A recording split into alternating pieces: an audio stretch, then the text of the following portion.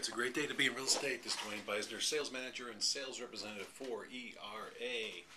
For my quote of the day, to be nobody but yourself in a world which is doing its best day and night to make you like everybody else means to fight the hardest battle which any human being can fight. But never stop fighting, by E. Cummings. For the joke of the day, a businessman tells his friend that his company is looking for a new accountant. His friend asks, "Didn't your company hire a new accountant a few weeks ago?"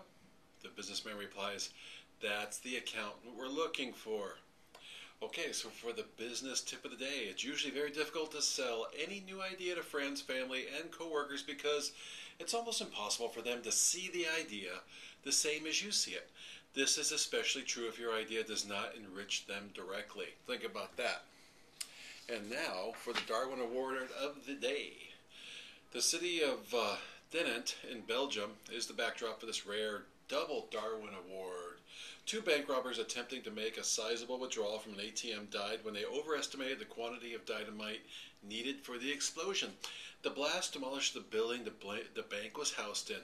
Nobody else was in the building at the time of the attack. Robber number one was rushed to the hospital with severe head trauma. He died shortly after arrival. Investigators initially assumed that his accomplice had managed to get away, but the second burglar's body was excavated from the debris 12 hours later. Would-be robbers number one and number two weren't exactly impoverished. Their getaway car was a BMW, but they're not going to be using it anymore.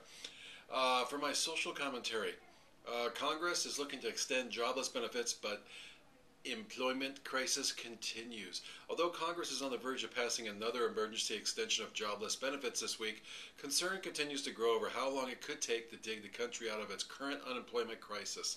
The U.S. has weathered recessions before, but none in the decades have included this many Americans joining the ranks of the long-term unemployed. That's individuals that are out of work for more than 6 months.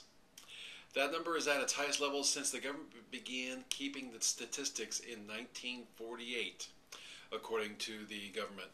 The New York Times reports that the latest figures indicate that 46% of the 14.6 million Americans who are unemployed have been out of work for more than 6 months. So why aren't people able to return to the workforce? Economists and analysts say that there are currently 5 job seekers for every job. There simply aren't enough jobs out there to be filled. Since the current recession began in December 2007, it's been estimated that nearly 8 million jobs have been lost. As long as the economy is suffering, employers aren't increasing their staffs and are leaving empty positions vacant. So how do we get more jobs? Politicians and economists are busy debating the question, but most agree that until employers have incentives to hire, the jobless problem can't be solved quickly. Many Democrats say more stimulus is required to provide those incentives. Of course they would. What was the first stimulus? Almost $800 billion, and they don't even know where a lot of that went? Wow, that went over great. Let's just spend our way into oblivion. They've pushed for the jobless benefit extension because they think it will stimulate the economy, in turn stimulate employment. No, it's putting a Band-Aid on a triage wound. The patient is still going to die. All right, you cannot survive on unemployment. So the only thing that can be done is, how about cutting taxes? How about invigorating the economy? How about getting that money back in to the end users instead of raising taxes like they're planning to do over the next 5 years? There is no better stimulus than unemployment benefits, as this money flows quickly from those who need help into local economies. Labor Secretary Hilda Solis wrote in a post this month, "That's crap.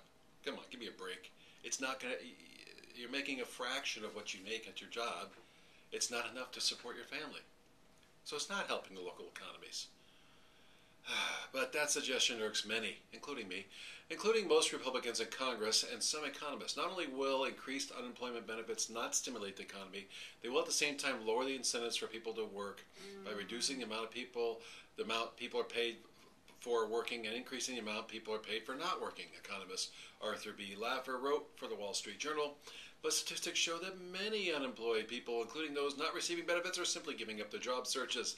One requirement for receiving unemployment benefits is an individual actively search for work. Yet people are continuing to forego continuing to forego benefits to drop out of the labor market. The unemployed who stop looking for work become classified as discouraged, and the number of discouraged workers continues to grow. And these discouraged workers are an added twist to the nation's unemployment problem. Discouraged workers are no longer considered unemployed, which is part of why the 9.5% rate of unemployment totally underestimates by a great deal our current crisis. It's also one of the reasons that the unemployment rate dropped in June from 9.7 to 9.5%.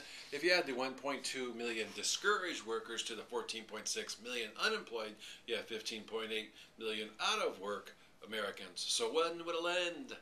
Estimates vary, but the Federal Reserve says unless job growth rates improve, it will take 5 years for the unemployment rate to return to pre-crisis levels. I'd have to agree with that. Job growth rate has to improve. All right. So, real estate news, single-family homes start to edge down.